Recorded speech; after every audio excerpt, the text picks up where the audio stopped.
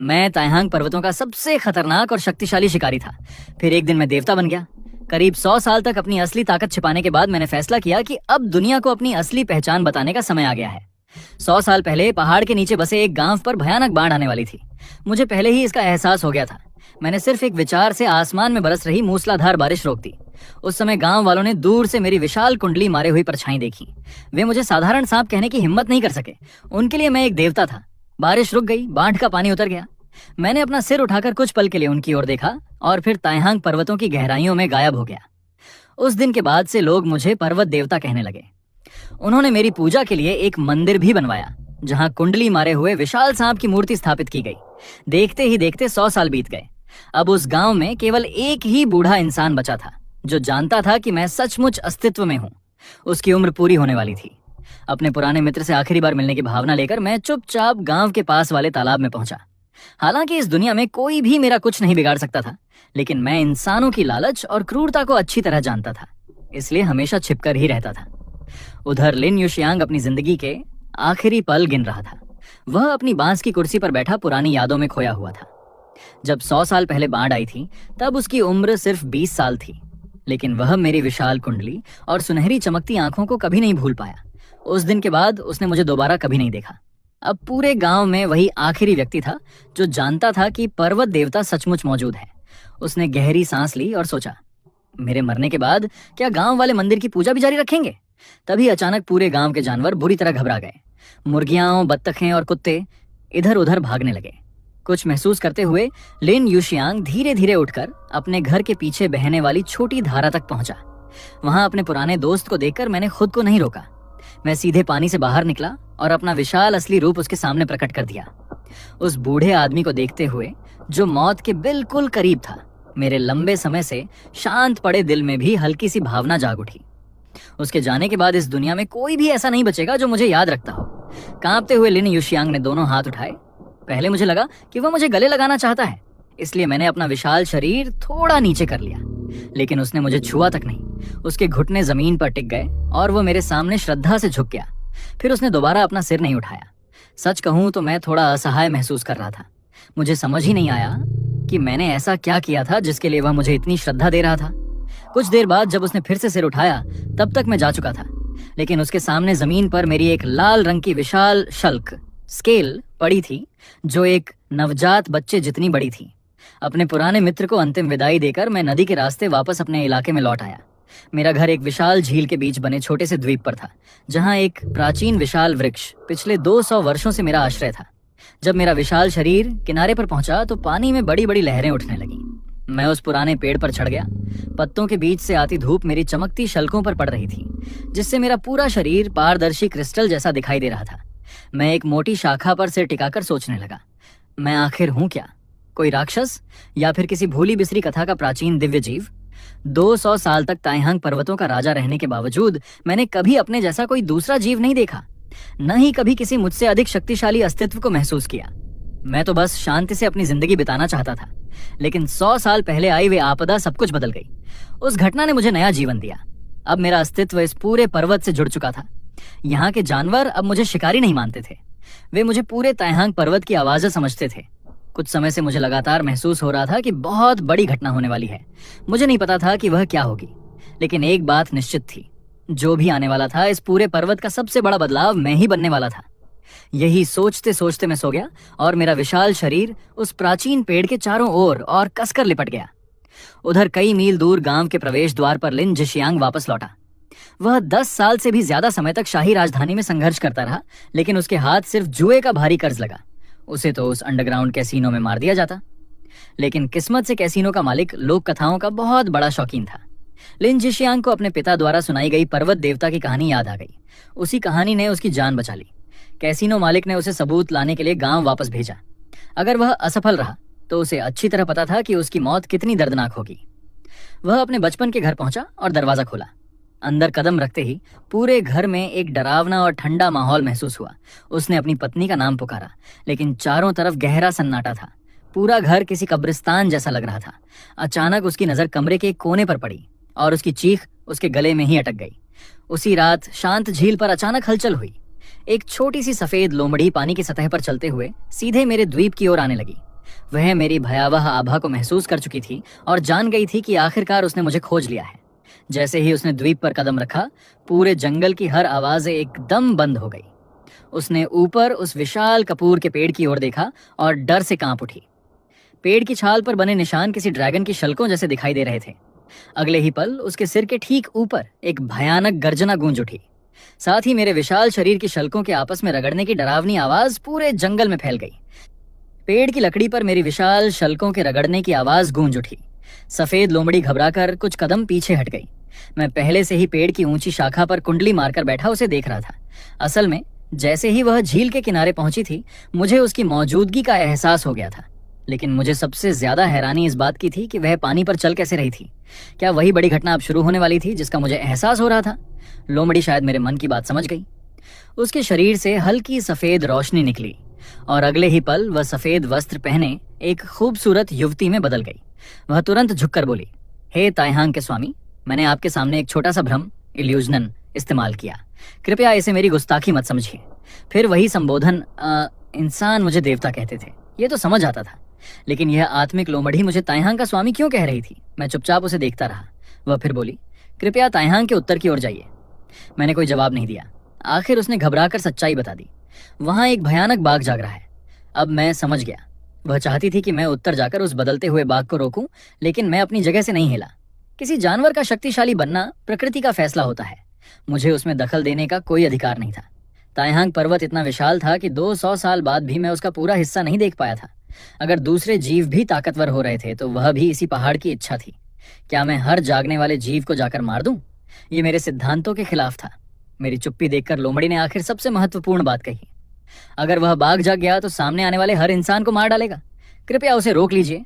ये सुनते ही मैं गंभीर हो गया। मैंने धीरे धीरे अपना लंबा सिर पेड़ की छाया से नीचे निकाला। मेरी लाल चमकती शल्कें हर सांस के साथ फैल और सिकुड़ रही थीं। मेरी हलचल की भारी आवाज से वह युवती कांपने लगी।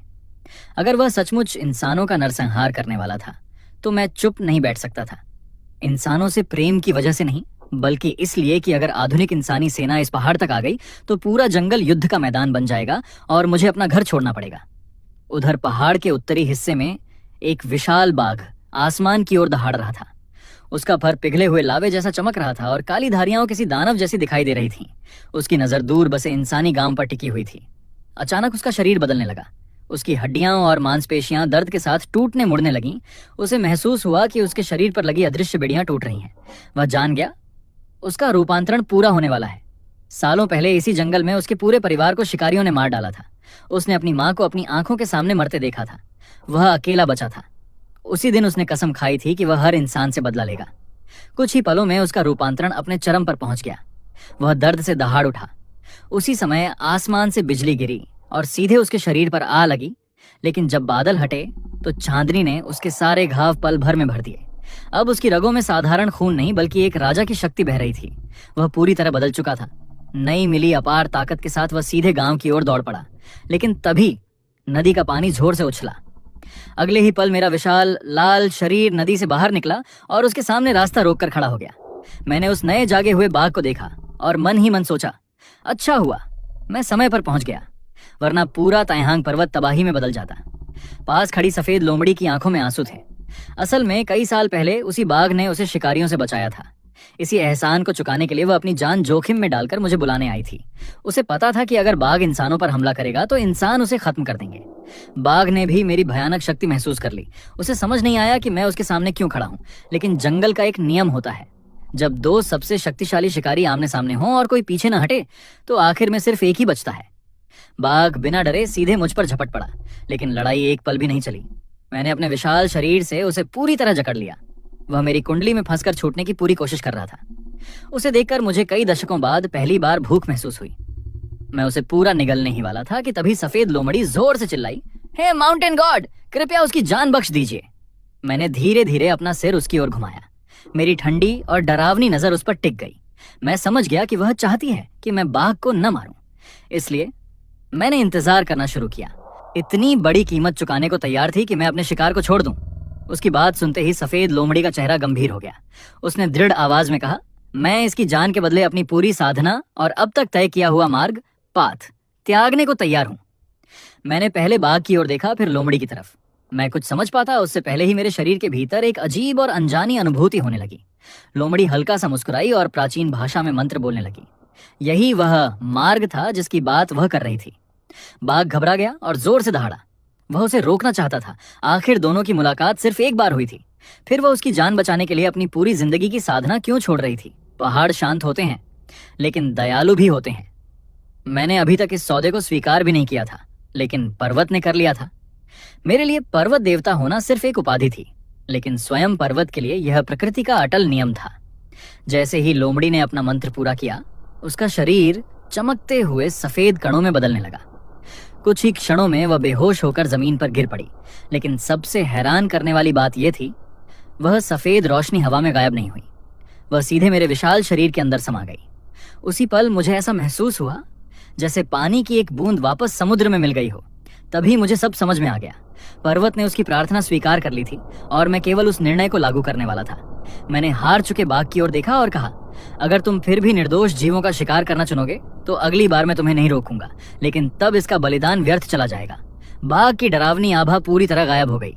उसने अपना विशाल सिर झुका लिया और सोती हुई सफेद लोमड़ी को देखने लगा।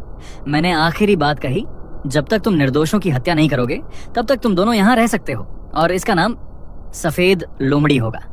बाघ यह सुनकर हल्का सा कांप उठा। अब उसे समझ आ गया था कि अभी क्या हुआ है। मैं बिना कुछ और कहे मुड़ा और वापस नदी में उतर गया। मेरे पास एक जरूरी काम था। मेरे पास किसी बिल्ली जैसे जीव के साथ परिवार बसाने का समय नहीं था। लोमड़ी की यादों के जरिए मुझे एक महत्वपूर्ण बात पता चली। जागरण, अवेकनिंग के लिए एक विशेष वस्तु की जरूरत होती है, एक ऐसी चीज जो विकास की कुंजी होती है। उसे ही मीडियम कहा जाता है। लोमड़ी को ऐसा एक मीडियम मिल गया था। उसने उसका थोड़ा हिस्सा खा लिया था और बाकी को बड़ा होने के लिए छोड़ दिया था। लेकिन समस्या यह थी, मैंने अपने पूरे 200 साल के जीवन में कभी कोई मीडियम नहीं खाया था। अब मैं बेताबी से देखना चाहता था कि आखिर यह चीज दिखती कैसी है। उधर गांव में लिन झिचांग को अपने पिता की लाश मिल चुकी थी। साथ ही उसे मेरी छोड़ी हुई लाल रंग की विशाल शल्क स्केल भी मिल गई। उसने अपने मृत पिता की ओर देखा तक नहीं, वह खुशी से रोते हुए सीधे उस शल्क को उठा लिया। उसे यकीन हो गया था अब उसकी जान बच जाएगी। ताइहांग पर्वत का देवता सचमुच मौजूद था। उसने पूरे घर की तलाशी ली और अपने पिता की पुरानी डायरी ढूंढ निकाली। उस डायरी में मेरे बारे में विस्तार से लिखा हुआ था। इसके बाद उसने अपने पिता को घर के पीछे एक उथली कब्र में दफना दिया। घर में जितने भी पैसे थे सब लेकर वह बिना पीछे देखे गांव से भाग गया। एक दिन बाद शाही राजधानी की एक गगनचुंबी इमारत की सबसे ऊपरी मंजिल पर काले ट्रेंच कोट पहने एक आदमी पूरे शहर को देख रहा था। उसके पीछे एक युवती मेरी लाल शल्क को बड़ी दिलचस्पी से देख रही थी। उसका नाम बाई शाओशियाओ था। उसने कहा, इस शल्क का मालिक एक असाधारण जीव है और शायद दुनिया के सबसे शक्तिशाली प्राणियों में से एक। उस आदमी बाईयान ने शांत स्वर में कहा, मेरे शोधकर्ताओं के अनुसार यह शल्क लगभग 20 से 25 मीटर लंबे सांप की है। यह लगभग नष्ट ही नहीं की जा सकती। अगर इस पर भारी तोपों से भी हमला किया जाए तो उससे इसकी खाल भी मुश्किल से खुरचेगी। हमारा असली लक्ष्य मीडियम है। ऐसे राक्षस से लड़ने की कोई जरूरत नहीं। बाई शाओशियाओ ने उसकी ओर घूर कर देखा। उसकी आंखों में पागलपन साफ झलक रहा था। क्या तुम्हें समझ नहीं आता? सोचो, अगर एक मीडियम इतना शक्तिशाली जीव पैदा कर सकता है तो वह खुद कितना अद्भुत होगा। बाईयान चुप हो गया। उसे पता था, जब बाई शाओशियाओ किसी चीज को अपना लक्ष्य बना लेती थी तो उसे पाने के लिए वह किसी की भी जान ले सकती थी। बचपन में उसने अधपका मीडियम खा लिया था। उसी के कारण उसकी इंसानी भावनाएं लगभग खत्म हो चुकी थीं और उनकी जगह एक खतरनाक जुनून ने ले ली थी। कुछ देर बाद बाईयान ने हार मानते हुए कहा, मैं अपने आधे लोग तुम्हारे साथ भेज दूंगा। क्या इतना काफी होगा? बाई शाओशियाओ मुस्कुराई, इतना काफी है। अब हमारे सफल होने की संभावना 80% है। उधर ताइहांग पर्वत की एक छिपी हुई गुफा में मैं एक विशाल चिकनी चट्टान पर कुंडली मारकर आराम से बैठा हुआ था। मेरे सामने एक नीले रंग का चमकता हुआ फूल धीरे धीरे खिल रहा था। यही था मीडियम। अब मुझे पूरा यकीन हो चुका था। मैंने अपने जीवन में कभी ऐसी चीज नहीं खाई थी, लेकिन अगर जागरण की कुंजी यही थी तो फिर मैं बिना इसे खाए इतना शक्तिशाली कैसे बन गया? मैं अपने बारे में लगभग कुछ भी नहीं जानता था। मैं लड़ने और शिकार करने में माहिर था, लेकिन अपनी असली उत्पत्ति से पूरी तरह अनजान था। इसी सोच में डूबा हुआ मैं उस नीले फूल के पूरी तरह पकने का इंतजार करने लगा। अगर एक से ज्यादा मीडियम खाए जा सकते थे तो मैं जल्दबाजी नहीं करना चाहता था। मैंने अपनी इच्छा पर काबू रखा और सोचा कि पहले इस फूल को पूरी तरह खिलने दूं, फिर दूसरे मीडियम खोजकर उनकी तुलना करूंगा। ये सोचकर मैंने अपना सिर चट्टान पर रखा और सो गया। कुछ दिनों बाद लिन जिशियांग दर्जनों हथियारबंद भाड़े के सैनिकों के साथ अपने गांव लौट आया। गांव वालों ने उसे देखते ही तिरस्कार से उसके पैरों के पास थूक दिया। उनकी परंपरा के अनुसार अपने पिता को बिना ताबूत और बिना अंतिम संस्कार के मिट्टी में दफना देना सबसे बड़ा पाप था। लेकिन लीन जिशियांग को इसकी कोई परवाह नहीं थी। उसे यह भी नहीं पता था कि बाई परिवार का असली मकसद क्या है। उसे सिर्फ उस भारी रकम की चिंता थी जो उसकी पूरी जिंदगी बदल सकती थी। जैसे ही वे गांव में दाखिल हुए, बाई शाओशियाओ ने अचानक सिर उठाकर दूर पहाड़ों की तरफ देखा। उसी समय मेरी भी आंख खुल गई। नीला फूल अब पूरी तरह खिल चुका था। वह बर्फ जैसे सफेद डैफोडिल फूल की तरह दिख रहा था और उससे ठंडी सफेद धुंध निकल रही थी। पिछले कुछ दिनों में कई जागृत म्यूटेटेड जीव उसे चुराने आए थे, लेकिन मेरी मौजूदगी महसूस होते ही सभी भाग गए। मैं उसके पास गया, उसे हल्के से सूंघा और फिर बिना खाए वापस मुड़ गया। मैं चाहता तो उसे खा सकता था, लेकिन यह पर्वत मुझे भी उसी तरह भोजन देता था जैसे बाकी सभी जीवों को। हर अच्छी चीज सिर्फ अपने लिए रख लेना लालच होता, और लालच न प्रकृति का नियम था न मेरा। जब मैं अपने द्वीप पर पहुंचा तो सफेद बाघ आराम से घास पर लेटा अपने पंजे चाट रहा था। मैंने हैरानी से पूछा, तुम यहां तक कैसे पहुंच गए और क्या तुम जानते हो मैं कौन हूं? बाघ ने मुझे ऐसे देखा जैसे मैंने कोई बेवकूफी भरी बात पूछ ली हो। वह बोला, ताइहांग, पर्वत के स्वामी, इस पर्वत का हर जागृत जीव आपको पहचानता है। फिर उसका चेहरा गंभीर हो गया। आपका घर इंसानों से छिपा हो सकता है, लेकिन जागृत जीवों से नहीं। और आपके यहाँ बिना बुलाए मेहमान आ चुके हैं। उनका नेता बिल्कुल आपकी जैसी गंध लिए हुए है। मैं तुरंत समझ गया वह मेरी छोड़ी हुई लाल शल्क की बात कर रहा था। मेरे चेहरे पर ठंडी मुस्कान आ गई। मैंने पूछा, अगर वे मुझसे लड़ें तो जीतने की कितनी संभावना है? बाघ ने सिर हिलाया। अगर ताकत की बात करें तो उनकी संभावना शून्य है, लेकिन जो लड़की उनका नेतृत्व कर रही है उससे मुझे अजीब सा डर महसूस हो रहा है। वे बिना किसी मजबूत योजना के यहाँ आने की गलती नहीं करेंगे। मैं हल्का सा हंसा। मैंने इतने साल खुद को छिपा कर रखा, फिर भी इंसानों का लालच आखिर मेरे दरवाजे तक पहुंच ही गया। अगर उन्हें युद्ध चाहिए तो उन्हें सिर्फ मौत मिलेगी। मैं चुपचाप जंगल की छाया में गायब हो गया और उन सैनिकों का पीछा करने लगा। बाघ ने जिस गंध का जिक्र किया था वह मेरी वही लाल शल्क थी जिसे मैंने बूढ़े आदमी के लिए छोड़ा था, और उनके आगे चल रहे इंसान को मैं तुरंत पहचान गया। वह लिन जिशियांग था। मैं उनके मेरे घर तक पहुंचने का इंतजार नहीं करने वाला था। घात लगाकर हमला करना सांपों की सबसे पुरानी कला होती है। देवता बनने से पहले भी मैं इसी तरह अपने शिकार का इंतजार करता था। उधर सैनिक अपने हथियार तैयार कर रहे थे, लेकिन मेरी नजर उन पर नहीं थी। मैं सीधे उस काले कपड़े वाली लड़की को देख रहा था। उसकी आभा बिल्कुल अलग थी, अंधेरी, टेढ़ी मेढ़ी और बेहद खतरनाक। यही उनकी असली ताकत थी, लेकिन यह भी मेरे सामने काफी नहीं थी। मैंने अपने विशाल शरीर को कसकर समेटा और अगले ही पल अंधेरे में गायब हो गया। उन्हें कभी इस पर्वत में कदम ही नहीं रखना चाहिए था। यह मेरा शिकार क्षेत्र था और यहाँ घुसपैठ करने वालों को सिर्फ एक ही चेतावनी मिलती थी, मौत। जैसे जैसे वे जंगल के अंदर बढ़ते गए, घने पेड़ों ने सूरज की रोशनी तक निगल ली। लिन जिशियांग बुरी तरह पसीने से भीग चुका था। उसे लग रहा था हजारों अदृश्य आंखें उसे घूर रही हैं। वह खुद को समझाने लगा कि एक विशाल सांप आधुनिक हथियारों का सामना नहीं कर सकता। लेकिन तभी पहाड़ों से चलने वाली हवा अचानक बर्फ जैसी ठंडी हो गई। चमकता आसमान काला पड़ गया और पूरे जंगल में मूसलाधार बारिश शुरू हो गई। बाई शाओशियाओ के चेहरे की मुस्कान गायब हो गई। उसने धीरे से कहा, वह आ गया। अगले ही पल एक भयानक बिजली गिरी। ऐसा लगा जैसे आसमान से हजारों टन पानी एक साथ बरस पड़ा हो। कुछ ही सेकंड में किसी को कुछ दिखाई देना बंद हो गया। लिन जिशियांग डर के मारे पागल हो गया। वह चिल्लाने लगा कि उसे बारिश के बीच परछाइयां और रेंगती हुई दिखाई दे रही हैं। लेकिन बाई शाओशियाओ ने उसकी एक भी बात पर ध्यान नहीं दिया। उसकी नजरें अंधेरे में टिकी हुई थीं। धीरे धीरे बारिश की दीवार के पीछे से मेरा विशाल लाल शरीर उभरने लगा। मेरी धातु जैसी कठोर शल्कों के आपस में रगड़ने की डरावनी आवाज पूरे जंगल में गूंज उठी, और जब मेरी पिघले सोने जैसी चमकती आंखें अंधेरे को चीरते हुए उन पर पड़ी तो उन्हें ऐसा महसूस हुआ मानो पूरा पहाड़ उनकी पीठ पर गिर पड़ा हो। आखिरकार एक सैनिक डर के मारे गोली चला बैठा। फिर दर्जनों असॉल्ट राइफलों से गोलियों की बौछार होने लगी। लेकिन कुछ ही पलों बाद उन्हें एहसास हुआ कि उनके साथी एक एक करके अंधेरे में गायब हो रहे हैं। ऐसा लग रहा था मानो खुद बारिश कोई राक्षस बन चुकी हो, जो बिना आवाज किए उन्हें निगलती जा रही हो। ये सब देखकर लिन जिशियांग घुटनों के बल कीचड़ में गिर पड़ा और फूट फूट कर रोने लगा। मेरी भयावह मौजूदगी देखकर लिन जिशियांग पूरी तरह टूट चुका था, लेकिन वह लड़की बाई शाओशियाओ जरा भी नहीं डरी। वह सीधे मेरी ओर बढ़ी और अपने दोनों हाथ ऐसे फैला दिए जैसे मुझे गले लगाना चाहती हो। उसने होंठ फुलाते हुए कहा, मुझे तुम बहुत पसंद हो, अब जिद छोड़ो और मेरे साथ चलो। तुम मेरे सबसे बेहतरीन पालतू बनोगे। शायद यही वह पल था जब उसे भाग जाना चाहिए था, लेकिन उसकी जगह मेरे गले से गहरी और भारी हंसी निकली। उसकी गूंज ऐसी थी जैसे पानी के नीचे गरजता हुआ बादल। मेरी हंसी के साथ ही बारिश और भी तेज हो गई। बाई शाओशियाओ का चेहरा गुस्से से विकृत हो गया। वह चीखी, मेरी बात नहीं मानोगे तो इसकी कीमत चुकानी पड़ेगी। फिर उसने मेरी असली पहचान पुकारते हुए कहा, क्रिम्सन ड्रैगन। मैंने तुरंत अपनी विशाल पूंछ पूरी ताकत से उसकी ओर दे मारी, लेकिन वह ऊंची छलांग लगाकर सीधे मेरी शल्कों पर उतर गई। उसकी आंखें चांदी जैसी तेज रोशनी से चमक उठीं। वह किसी भूली बिसरी प्राचीन भाषा में मंत्र पढ़ने लगी। उसी समय उसके सैनिकों के पास रखे लकड़ी के बक्से जोरदार धमाके के साथ फट गए। उनमें से 33 प्राचीन तलवारें आसमान में उड़ गईं। वे उसके पीछे मौत के मुकुट की तरह हवा में तैरने लगीं। हर तलवार खून की प्यास में कांप रही थी। बाई शाओशियाओ मुझे किसी देवता की तरह नहीं, बल्कि एक शिकार की तरह देख रही थी। उसने हाथ हिलाया और अगले ही पल सभी 33 तलवारें बिजली की रफ्तार से मेरी ओर टूट पड़ी।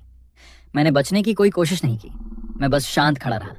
जैसे ही वे प्राचीन तलवारें मेरी शल्कों से टकराईं, पूरा जंगल कान फाड़ देने वाली धातु की आवाज से गूंज उठा। चारों ओर चिंगारियां उड़ने लगीं, लेकिन जब सब शांत हुआ तो मेरी एक भी शल्क पर खरोंच तक नहीं आई थी। यह देखकर बाई शाओशियाओ के होश उड़ गए। वह लड़खड़ाकर पीछे हट गई। मैं उसकी कल्पना से कहीं ज्यादा शक्तिशाली था। अब पहली बार उसे सचमुच डर महसूस हुआ। उसने तुरंत पीछे हटने का आदेश दिया, लेकिन जैसे ही उसने चारों ओर देखा, उसे असली सच्चाई समझ में आ गई। मैंने पूरे पर्वत को अपनी शक्ति से बंद कर दिया था। अब कोई भी बाहर नहीं निकल सकता था। वे शिकारी बनकर आए थे, लेकिन असल में वे मेरे खिलौने बन चुके थे। अपनी हार स्वीकार न कर पाने पर बाई शाओशियाओ पूरी तरह पागल हो गई। उसने अपनी ही तलवारें अपने सैनिकों की ओर मोड़ दी। तलवारें जैसे ही उनके शरीरों से गुजरी, उन्होंने उनका पूरा खून और जीवन शक्ति चूस ली। कुछ ही पलों में सभी सैनिक सूखी मम्मियों में बदल गए। उनके खून से उन तलवारों की शक्ति और भी बढ़ गई। उधर लिन जिशियांग एक पेड़ से चिपककर कांप रहा था। उसके आंसू और नाक का पानी एक साथ बह रहे थे। उसे लग रहा था कि पूरी दुनिया नरक बन चुकी है। तभी बारिश के बीच एक गीली और भयानक आवाज गूंजी। अगले ही पल गर्म खून की बौछार उसके चेहरे पर आ गिरी। उसने कांपते हुए ऊपर देखा। बाई शाओशियाओ हवा में लटकी हुई थी। मेरी विशाल पूंछ की लाल हड्डी जैसी नुकीली नोक उसके सीने को आर पार कर चुकी थी। वह उसी पल मर गई। उसकी अपनी घमंड ही उसकी मौत का कारण बना। धीरे धीरे तूफान शांत हो गया। एक भी भाड़े का सैनिक जीवित नहीं बचा। लिन जिशियांग कीचड़ में बैठा कांप रहा था। उसे समझ नहीं आ रहा था, क्या पर्वत देवता ने जानबूझकर उसकी जान बख्श दी? जैसे ही उसके पैरों में ताकत लौटी, वह चीखता हुआ अपने पिता की कब्र की ओर भाग गया। अगली सुबह शाही राजधानी के समाचार चैनलों पर खबर चल रही थी। ताइहांग पर्वतों में भीषण तूफान आया है। सभी नागरिकों से घरों में रहने की अपील की जाती है। उधर ब्लैक क्रिस्टल बिल्डिंग के अंदर बाई यान ने टीवी बंद कर दिया।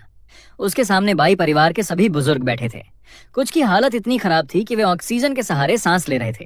वे सभी बेहद गुस्से में थे। एक बुजुर्ग चिल्लाया, शाओशियाओ हमारे परिवार की सबसे बड़ी ताकत थी, तुमने उसे ताइहांग पर्वतों में कैसे गायब होने दिया? बायान चुपचाप उनकी डांट सुनता रहा। दूसरे बुजुर्ग ने पूछा, क्या वह 33 परम तलवारें अपने साथ ले गई थीं? बायान ने सिर हिला दिया। ये सुनते ही कमरे का माहौल थोड़ा शांत हो गया। उन्हें पूरा विश्वास था कि उन तलवारों के रहते उसे कोई नहीं हरा सकता। उन्होंने सोचा कि शायद वह किसी दुर्लभ खजाने की तलाश में गई होगी। तब बाई यान ने कहा, सोंग और ली परिवारों को भी पता चल चुका है कि वह ताइहांग पर्वत गई है। पहाड़ बदल रहा है, क्या हमें यह खबर सब तक पहुंचा देनी चाहिए? काफी चर्चा के बाद उन्होंने सावधानी से आगे बढ़ने का फैसला किया। उन्हें बिल्कुल भी अंदाजा नहीं था कि उनका सबसे ताकतवर हथियार पहले ही मारा जा चुका है। उधर ताइहांग पर्वत में मैं हमेशा की तरह अपने प्राचीन वृक्ष के चारों ओर लिपटा आराम कर रहा था। मैंने जानबूझकर उस तूफान से पूरे पर्वत को बंद कर दिया था। बहुत सारे इंसान चोरी छिपे अंदर आने लगे थे और अब दुनिया भी धीरे धीरे बदल रही थी। मुझे पता था जल्द ही पहले से भी ज्यादा शक्तिशाली इंसान यहां पहुंचेंगे, लेकिन मुझे इसकी कोई चिंता नहीं थी। मैंने सिर्फ एक विचार किया और वे 33 प्राचीन तलवारें मिट्टी से बाहर निकलकर उड़ने लगीं। वे मेरे विशाल वृक्ष के चारों ओर घूमने लगीं।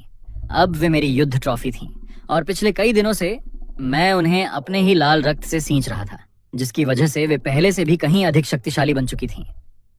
दोस्तों, मैंने अपने दूसरे चैनल पर एक नई स्टोरी अपलोड की है, एक बार जरूर जाकर चेक करना। इस बार एमसी पूरा बैडज है, कोई चोमू एमसी नहीं।